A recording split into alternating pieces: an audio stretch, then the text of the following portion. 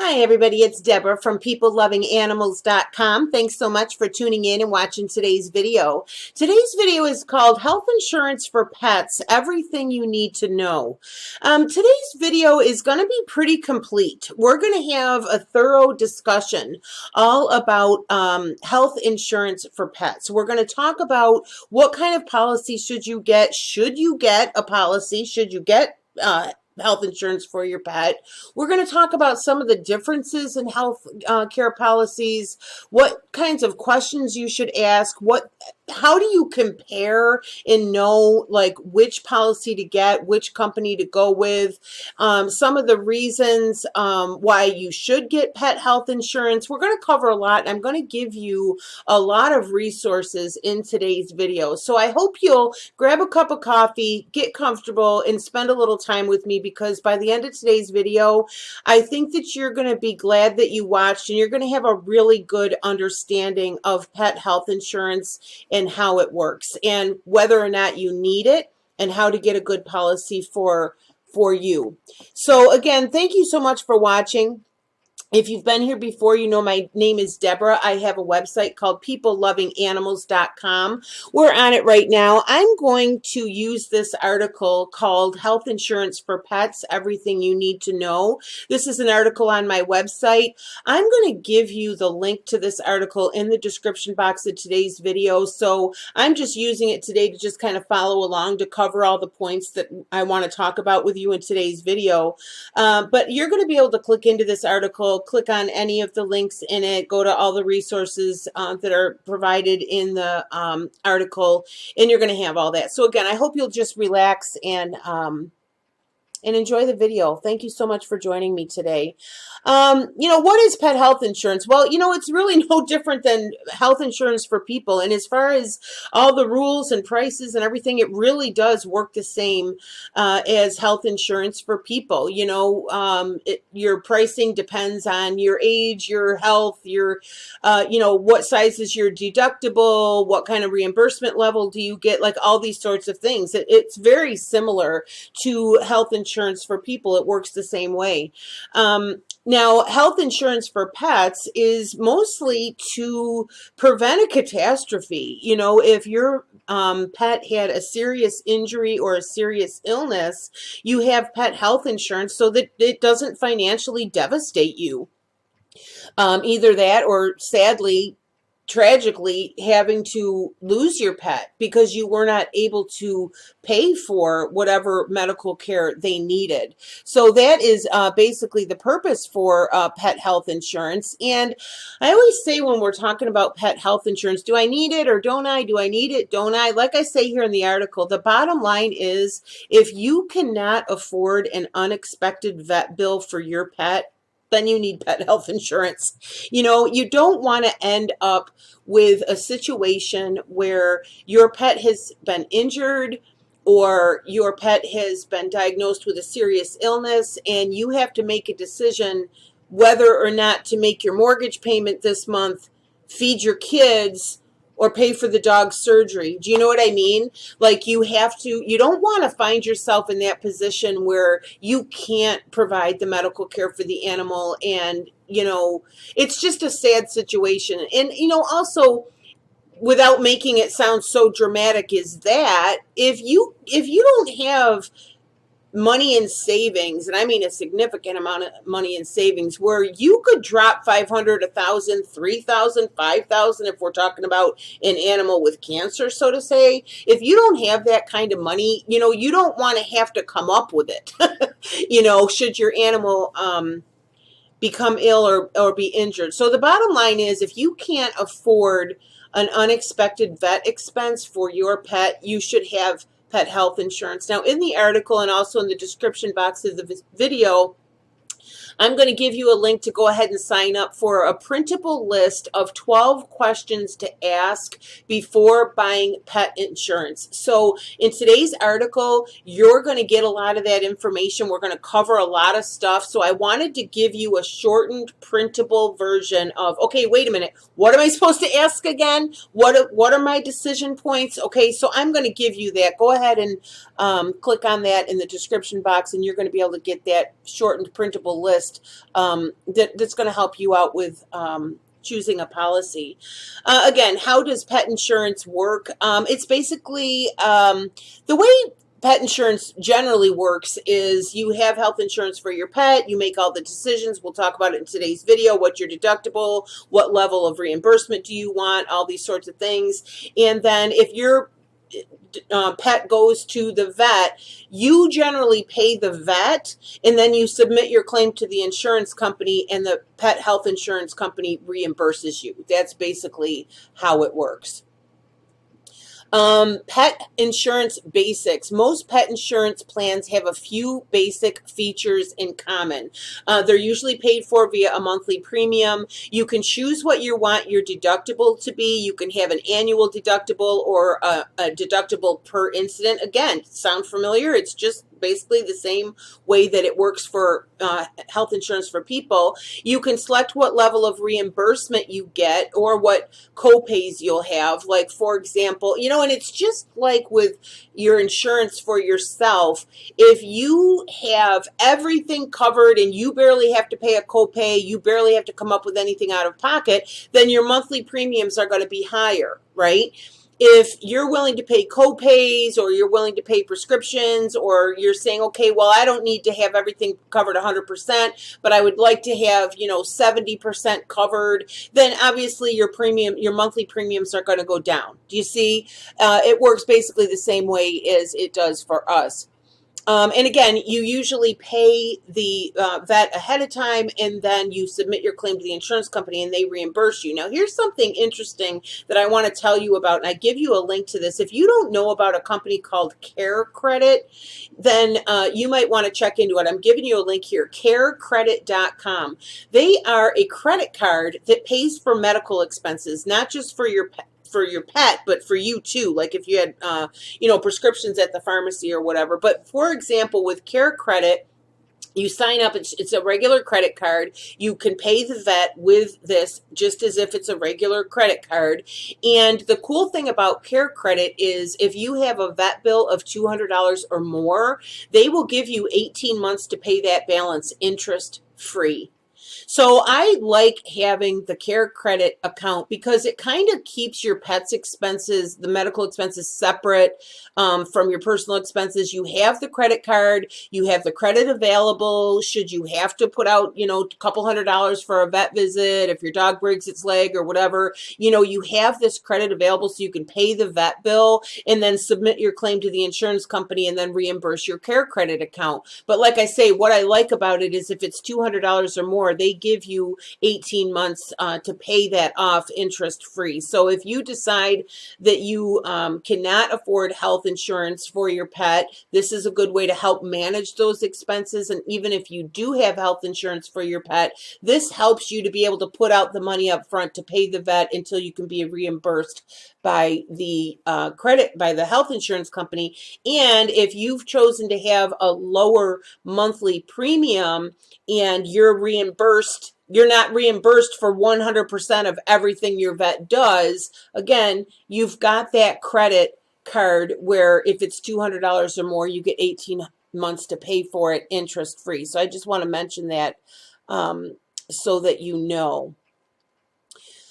Now, there can be big differences between companies which can impact your claim coverage and reimbursement levels, so it's important for you to do your research when shopping for a pet insurance plan. For example, if a company covers a $50 vet visit, but they only pay $500 towards a $3,000 cancer treatment, then that company really isn't providing much value. Do you see what I mean? Like if they'll cover all these little things, but you have a big problem and they don't cover squat for, cancer treatment or an emergency surgery. Do you see what I mean? So you really need to know, what do they cover? And we're going to talk about this in today's video. So you need to have a good understanding of what exactly the different companies are going to cover. Now, I am going to make it easy for you. I'm going to give you two recommendations in today's video. My top recommendation is a company called Healthy Paws, and my second recommendation is a company called Pet Plan.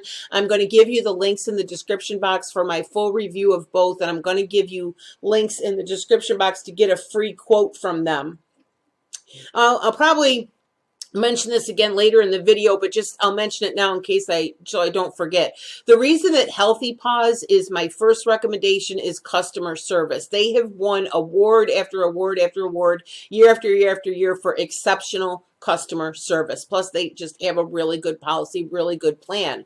My second choice is Pet Plan, and the reason that I chose them as a recommendation is they are one of the largest pet health insurance companies in the country. And so, and again, they have good policies, good customer service. And so those are my two recommendations, by the way. You're not going to have to go off shopping. Of course, you can go off shopping if you want to, but I'm going to give you a couple of good recommendations. So what does pet insurance cover? You know, some pet insurance companies cover different things. Some of the questions you should be asking is, what is my deductible? What amount am I going to be responsible to pay either annually or per incident? Annually is usually recommended because it's like, okay, I put out this much out of pocket per year. Anything over that, the insurance company pays for it. You know, annually is generally better, but it's up to you. How much will I be reimbursed for my vet bills? This is a percentage of the remaining cost. So you take the cost of your vet bills minus whatever deductible you're already responsible for, and then you choose your reimbursement level. Do you want to be reimbursed 70% of the rest of it, 80%, 90%? And again, whatever reimbursement level you choose, that's going to affect the price of your premium. So you basically have to decide if you can afford some stuff. Like, you know, all right, well, you know, my dog had to go for shots, and the cat had a urinary tract infection. She needed a urology. She needed some antibiotics, or, my dog had diarrhea. I had to take him to the vet. He needs some medication. You know, if you can basically afford some things without, much financial trouble, then you're probably going to want to go with a lower deductible, a lower monthly premium, because if things happen, you can generally afford it, but yet you're covered for the major things if anything big and expensive happened.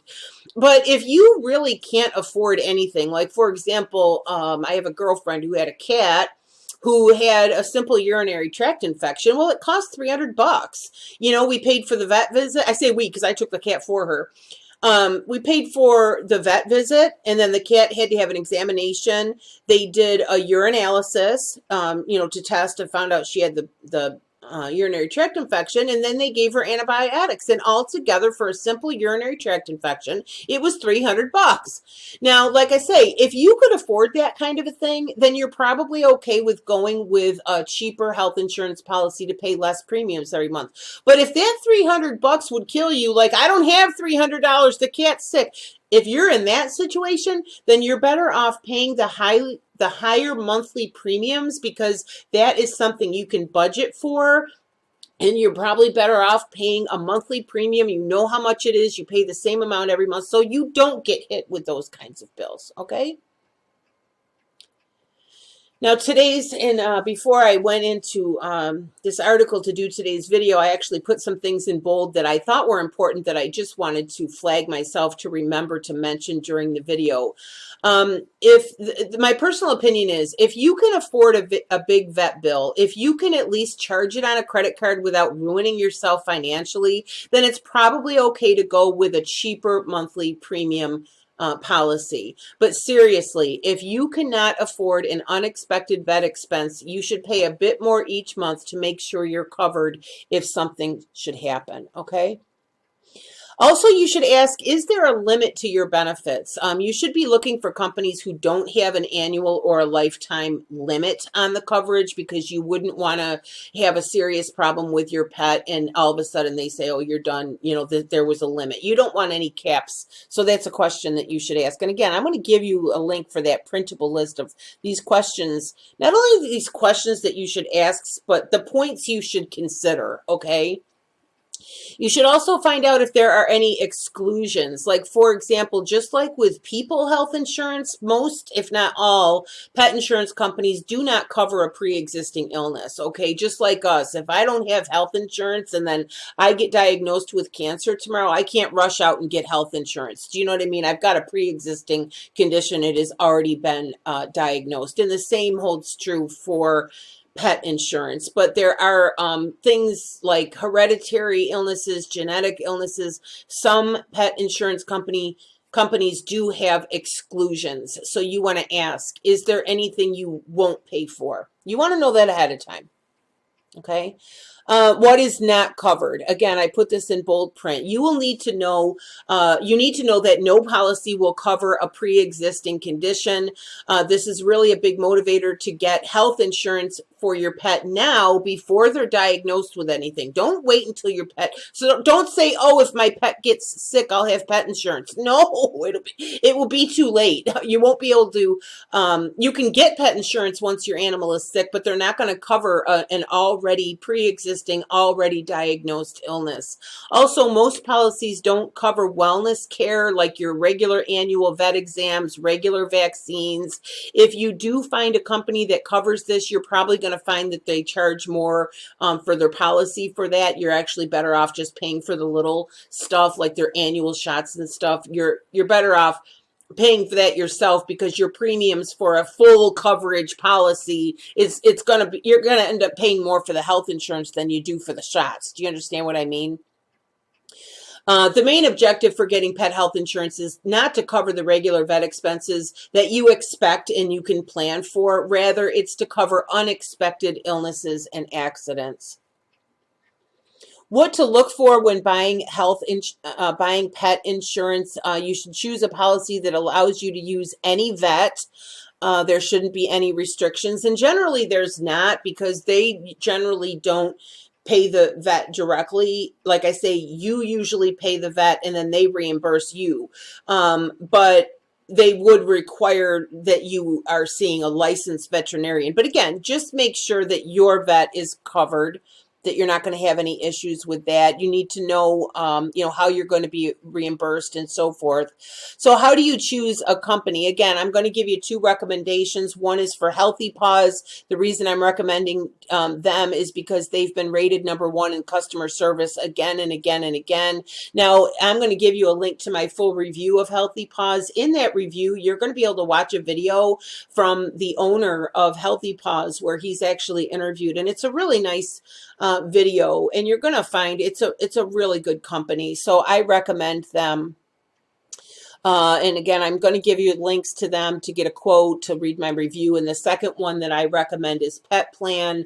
And again, they are one of the world's largest pet health insurance companies. There's an interruption in my article here, so I'm going to briefly interrupt the video to invite you to subscribe to my mailing list. For my website, peoplelovinganimals.com, I have a dog lovers email list and I have a cat lovers email list. And you can sign up either via this article if you're in it, or in the links in the description box for either list or both. And when you sign up, you will get a training manual for free. If you sign up for the dog lovers list, you get a dog training manual for free. And if you sign up for the cat lovers list, you get a cat training manual for free. So it's just a nice little gift for subscribing to my email list. And then if you do subscribe about once a week or so, you will get an email from peoplelovinganimals.com, and it will contain either an article or a video or a blog post all about either all about dogs or all about cats, depending on which email list you're on. And it'll be all about the health, care, training of dogs and cats. Everything from training, puppy training, cat training, litter box training, pet health insurance, where to buy pet medications, where to get the best prices, where to get the best prices on pet supplies, product reviews, all kinds of stuff. I think you'll find it really valuable and fun as well, because some of the articles and videos are really cute. And you can unsubscribe from that list at any time if you choose to. How pet insurance saves you money. Because of the increased quality of medical care, which, pets generally have the same care available to them these days that we do, that people do. The cost has increased. Veterinary care is expensive, and as a result of the medical advances, pet lifespans have also increased. Even the most responsible pet parents may not be able to pay for an emergency procedure. Something as simple as surgery to remove something your pet swallowed can run upwards of $3,000. Now, I can give you a couple of examples of this, and I write about this in the article. One is I had a litter of kittens several years ago, and one of the kittens was a little male black and white kitten, and a friend of mine, a girlfriend of mine, and her family, she had 3 small children. They adopted this little cat from the litter, and they named him Smudgy, and he was really, really cute. They named him Smudgy because he was black and white, and he had like a smudge on his nose. It looked really cute. His name was Smudgy. And, this family adopted this kitten. They have 3 little kids. They love the cat. Well, the cat ended up swallowing string. The string got wrapped up in his intestines, and he needed surgery to remove it. The family could not afford the surgery and had to put the cat down. It's very, very tragic. Now, had they had pet health insurance, that if they had gotten an inexpensive policy with a low monthly premium, the cat would have been able to have this surgery. I'm not trying to be dramatic, but this actually happened. These things happen. So you can't just say, oh, my pet's young, I don't have to worry about it till they get older or whatever. Anything can happen. I'll give you a second example. I was in my vet's office fairly recently. It was less than a year ago, I think. I was in the waiting room, and there was a family who was in the waiting room, and they're nervously waiting for their dog to come out of surgery. They had a Jack Russell Terrier, and if you don't know what that is, it's the little dog from the show Frasier. That's a Jack Russell Terrier. So they're nervously waiting. Well, after a certain amount of time, the vet comes out, and she's holding something in her hand, and she holds it out to the family, and she says, here it is. It was an eraser. It was a full eraser. The dog had swallowed the eraser. Now, you can imagine that had to have cost $1,000, at least $1,000 for that dog to have surgery, for them to have the initial appointment. Hey, there's something wrong with the dog. Have x-rays. Hey, he's got something in his stomach. Set up the anesthesia, the surgery, that whole bit. And then the dog's going to have to go home. He's going to have antibiotics. You're talking, like the article says, upwards of $3,000. You're talking a big amount of money. Now, this was probably a healthy young dog. They didn't expect to have any vet bills. They expected the dog would be fine. The dog swallows an eraser. All of a sudden, they have a huge vet bill. Do you see what I mean? So it's just a couple of examples of, things that can happen that you wouldn't want to have to put out the money for. And it would be nice to have insurance to cover it. All right. The other thing too, and again, I'm going to try not to fill this video with dramatic examples, but it's really important if you're checking into pet insurance that you know what can happen, because I've had pets for many, many years, and I've had a lot of things happen, and I've seen a lot of things. So I'm just trying to share my experience with you so that you can learn the things that I've learned. There was a time, an incident with my dachshund. I had a miniature dachshund named Taz. She could not breathe. The dog could not breathe. It was after hours. My regular vet's office was closed, so I rushed her to the nearest emergency veterinary hospital, which, by the way, if you don't know where that is, you need to find out. Call your vet and say, who do I call after 5 p.m.? You need to find out ahead of time. Put the number on the fridge so that you know where to take your dog or your cat if you do have an emergency after hours or on the weekends. So I rushed her to the veterinary hospital. They wanted $95 before they would even look at her. It was an emergency hospital. It was at night. They wanted $95 before they would even look at her. Okay. My dog could not breathe. She was in serious danger. I was grateful that I had the money that I could pay that. Again, if you don't have that, you might want to apply for care credit. So you have that credit card with that balance that's only for your dog. Do you know what I mean? So that you can put out that $95 if you need to go to an emergency situation like I had. Now, this particular dog was diagnosed and eventually died of congestive heart failure. I've had two dogs with that, and I can tell you it is a very expensive disease, and it usually lasts for a couple of years before they actually die, and it's an extremely expensive disease to maintain and to prolong their life once they've been diagnosed. So again, I'm sorry to fill this video with so much drama and sadness, but I just want you to have a clear understanding of not only what can happen with your animal, but how much it costs, you know, how you can end up in a position where, oh, I wish I had pet health insurance, you know. Let's see. Let's take a look at how having pet health insurance works. Well, let's just take this example. Say you live in New York State and you have a Yorkshire Terrier puppy. You'd likely pay a roughly $42 a month for the best Healthy Paws policy with 90% reimbursement and only $100 deductible. Okay, so that's like an expensive super mega package that covers everything. $42 a month times 12 months. If you paid a year of that super Cadillac policy, you pay $504 a year for pet insurance. That's going to cover pretty much everything, okay? Surgery to remove a foreign object, $3,500 for one surgery.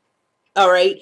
The amount covered by that particular policy is going to be $3,050 after meeting a deductible of $100. So out of pocket, you've paid for all your premiums for the year, and then the copay that you had to pay, you're paying $450 out of your pocket versus the $3,500 it would have cost you for that one incident. Do you see what I mean? So even though you're paying that high monthly premium, you're not going to choose this most likely. You're not going to choose a high monthly premium. You're not going to be paying $42 a month. But that's just an example of how to reason it through in your own head. Like, okay, is this worth it? If I'm paying, you know, $23 a month for 12 months and then, you know, this happens or this doesn't happen or whatever. If you do the math and figure it out, you know, that same miniature dachshund, for example, one year she fell on the ice. All she did was fall on the ice. Well, you know, dachshunds, they have those long backs. They have bad backs to begin with generally.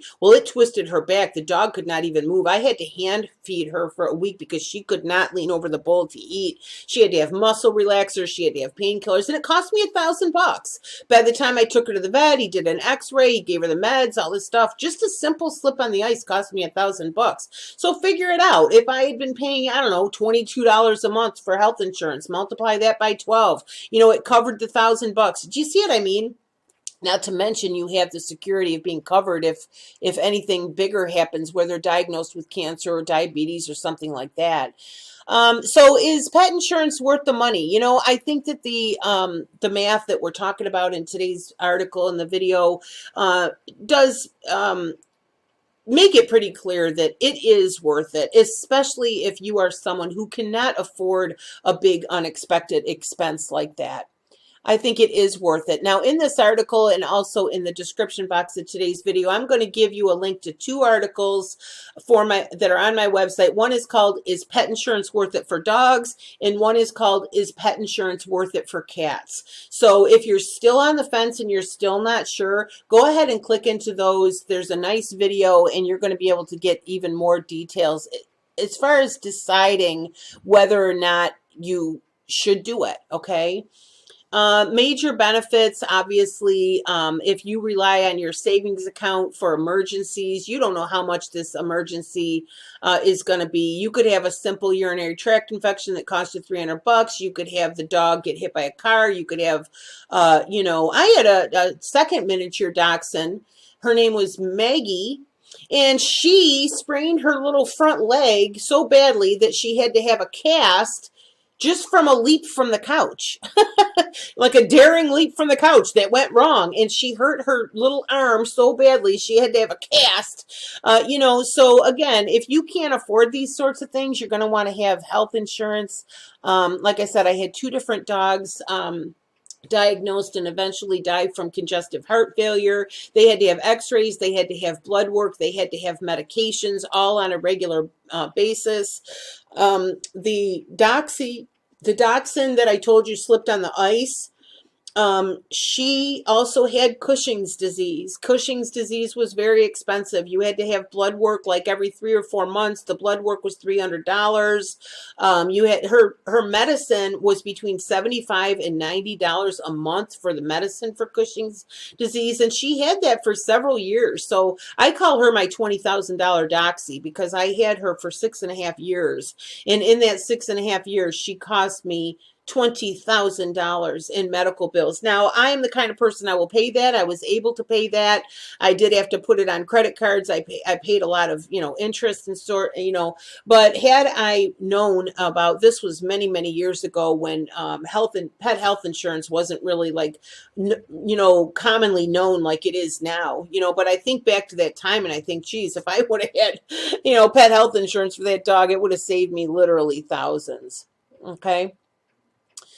Um, Again, we're just talking in the article just about the math and deciding what things cost. Can you afford it? Can't you? Should you consider a healthcare policy for your pet?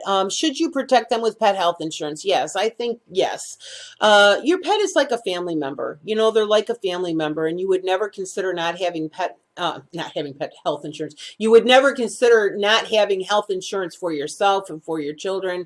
So if your pet is sick or injured, you're going to care about them and you're going to be upset about them, and you want to be able to provide them with the care that they need. And, get the pet insurance policy when they're young. You get a low premium that lasts, for their lifetime. And then once they do become elderly and they have, just like people, when they have, a lot of serious expensive health things come up as they get older, you've already got the existing policy in place with a lower premium, and you're going to be able to cover the things that they need to prolong their life and to make them comfortable for the rest of their life. Again, I'm going to give you a link here to sign up for that printable list, 12 questions to ask before buying pet health insurance. I'm going to give you the link in this article. You're going to see my video, Is Pet Insurance Worth It for Dogs? I talk a lot more about my little $20,000 doxy there. My 2 cents is, if you can't afford an unexpected vet expense and you have a pet, you should get pet health insurance. And you can get an inexpensive policy that just, okay, I just want to be covered if anything big happens, or you can pay a higher monthly premium if you really want things, covered by the health insurance policy. I would suggest that you sign up for Care Credit. I'll give you, there's a link for it, carecredit.com. So that you can have the credit card for your dog, so that you can have that money available if you do have to put out money to pay for something unexpectedly. And so that's about it. I hope that I've answered all your questions. Go ahead and sign up for the printable checklist that's going to help you to remember these things. Go ahead and go into the Healthy Paws links I give you, Pet Plan. You could choose one of those if you like. They are reputable companies. They will give you a quote, and they'll help you through the process of choosing your deductible and your reimbursement rates and everything. Don't be afraid to keep them on the phone. Keep them on the phone. Go through the list I'm going to give you of the 12 questions. Ask them the questions. Take your time. Get your questions answered so that you can make an informed decision and pick up a policy that is a good policy, that's a policy that you can afford, and it's a policy that's going to give you what you expect. Okay? So again, I hope that I have helped you. Go ahead and subscribe to the channel if you're not already. I'd love to have you on board. I do a video about once a week all about the care and love and training of dogs and cats. I'd love to have you on board as an email subscriber. If you'd like to use the links to go ahead and sign up, I'd love it if you would visit my website. One more thing before we go, I do get a small commission for several things that I talk about on my website. In my YouTube channel. I am an affiliate for these two health insurance companies. I am an affiliate for Amazon. I'm an affiliate for a dog training company that I promote on my website. I'm an affiliate for a cat training program that I promote on my website. What I do is I shop for things that I think are the best value and the best recommendation for my viewers, and then I apply to become an affiliate so that when I do promote that company, I'm getting a small commission. It's how I earn a living with my website, peoplelovinganimals.com. So if you do use my links and you decide to go ahead and purchase a health insurance policy from my links, I will get a small commission. I donate 10% of all of the commissions that I earn on peoplelovinganimals.com and this YouTube channel to animal charities. And if you go to the homepage of my website, peoplelovinganimals.com, you'll see a list of the animal charities that I donate to. So for that reason, I would very much appreciate it if you would share this with your friends and family who have a dog or a cat. Either share a link for the website or share a link for this YouTube video, because if people are going to be spending money for supplies and medications and pet insurance and toys and all that stuff, they might as well be going through my links, and a portion of it will go and be donated to animal charities. Plus, I think that you will find that the website is extremely helpful. I've been doing this a long time. I've been doing this since 2015. I have written hundreds of articles and done hundreds of blog posts, and I'm probably close to 100 videos by now that I've done for the YouTube channel. So